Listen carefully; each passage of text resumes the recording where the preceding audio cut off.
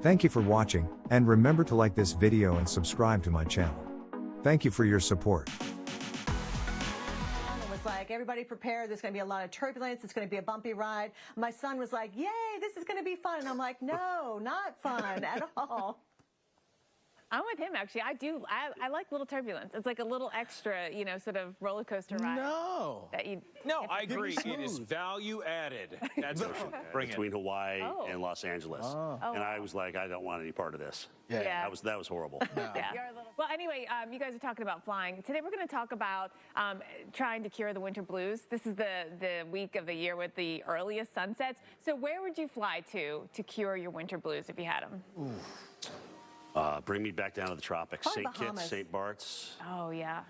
Yeah. Any day. I think the tropics would get just about everybody out of the I mean, you know where I'm going. You know where I'm going.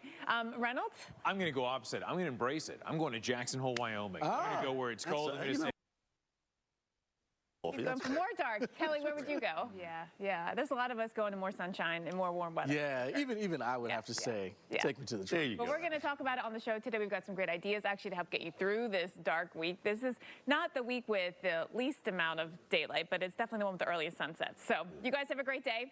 We'll keep it rolling on here on America's Morning Headquarters until noon. Thanks so much for joining us, sticking with us here as we move our way through this mid part of the week, moving through our Wednesday. And Jen, getting closer and closer to what will probably be the most widespread snow that we have seen this season. This is going to be the first snowstorm for a lot of you, so we'll get to all of that. We've got a lot going on today. Mentioned the fact that we are going to talk about winter blues or seasonal affective disorder, and we've got some great tips actually to help people get through this time of year, which can be tough actually mentally when you have that lack of daylight. Yeah, I mean, let's think about just on a normal basis. You go 2 or 3 days. It is very light, but we are getting a light coating coming down. Look at Albany and the Capital District. You can see a few snowflakes coming in here. It's not that heavy. I mean, even on the radar, you can see that it's light blue. The darker blues are needed to really get anything more significant in terms of accumulation. But surface temperatures are down at 28 degrees. Road temperatures are probably close to that or maybe just above. And so there will be some spots that may be slushy or slippery on the roadways there. Now, this came through Ohio, Kentucky, saw a little coating of snow come down for you. And it wasn't a lot. Visibilities really didn't drop that low, but it was enough to put some snow coating there on your back deck. Maybe your kids went out this morning and grabbed it all up and made one snowball because that's probably all you had enough for. But just for the fun of it, right? Because it was the first of the season. Now we're still getting a little of that down, which we have seen some lately. But you look at the Sierra finally getting back into a snowfall forecast. The Wasatch in Utah, the Colorado Rockies, the Rockies in Wyoming. I mean, look at the mountain ranges that are going to be picking up more than a foot of snowfall. Ski resorts are rejoicing over this. We have temperatures that are going to be cooling down enough to get us a snowfall. Not super cold, but cold enough. And then we've got the winter weather advisories and winter storm watches that are up. So let's time out this first system that is coming in. We're seeing signs of it already today into the northwest, but it does actually move south, and you're going to see this arc of moisture coming in over the Pacific. It moves all the way down into portions of central California. You'll see the Sierra getting into some new snow that comes in for you Thursday into early Friday. Then all of that shifts over here Friday into Colorado, into Utah, and we'll be getting more snow out of that. So we are at 19%, 19.7. Let's round up to 20% snow cover right now. We added a little bit yesterday, actually, into parts of Wisconsin and southeast Minnesota. But really, this is below where we normally are when you look back at the past 10, 15 years or so at this point in the season. So we'll be adding to it. The big question is Denver. Do we get snow on Friday? It is possible, Alex. It's still not a guarantee, but it definitely, there's a decent chance we get an inch. And that would end up tying our longest streak without snow. No, we don't want to the south. We're talking 4 to 5 hours. How about, of course, as you head way north, we're talking northern Alaska, a spot like Utqiagvik, formerly known as Barrow, there in northern Alaska.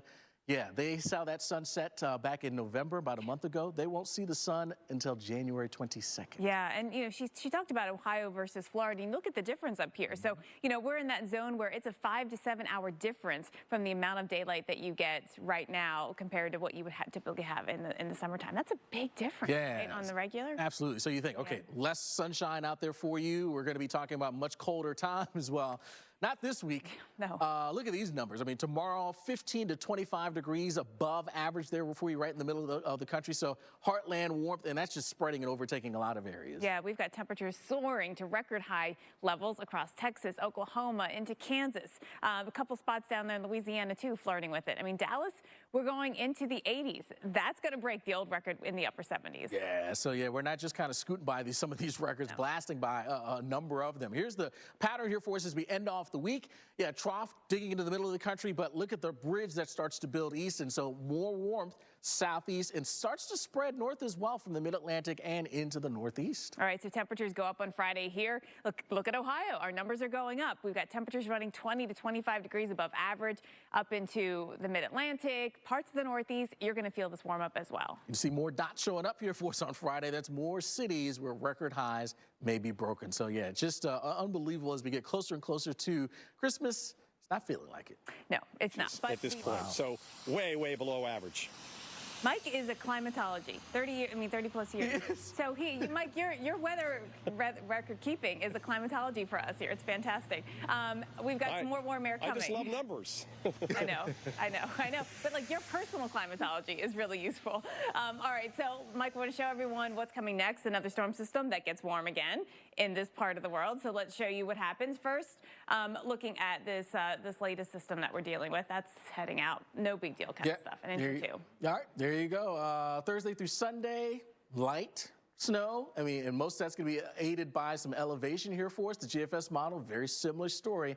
Elevation is going to be the picture here for you. All right, so the next one comes in. We're going to see a lot of warmth to the south, record-breaking temperatures. Texas, southeast, mid-Atlantic even could see some of that. Look how far north the warm air gets. You can see it by how far the rain gets. Yeah, I mean, way up into basically Maine. Canada as well. I mean, they're going to be warming up too there in the eastern part of Canada. And watch for some strong and potentially severe weather as well with this next system. All right, so to time this out for you, we've got rain and storms coming back to southeast Texas, southern Louisiana. This is tomorrow to tomorrow night. It moves all the way up through the south and east, up into Nashville, where we just picked up an inch of rain earlier this week. That was our first inch plus rain since October. It's been kind of dry in the south, believe it or not, so we're going to be adding more rain to the mix. There's that forecast in New Orleans. Thursday afternoon showers, a bit of a break heading into Friday, but then Friday night. 81 degrees, though. No, 81. It is mid-December, essentially, at this point. Yes, and there is that risk of severe weather. You know, think about it. When you have all this abnormalness to the weather,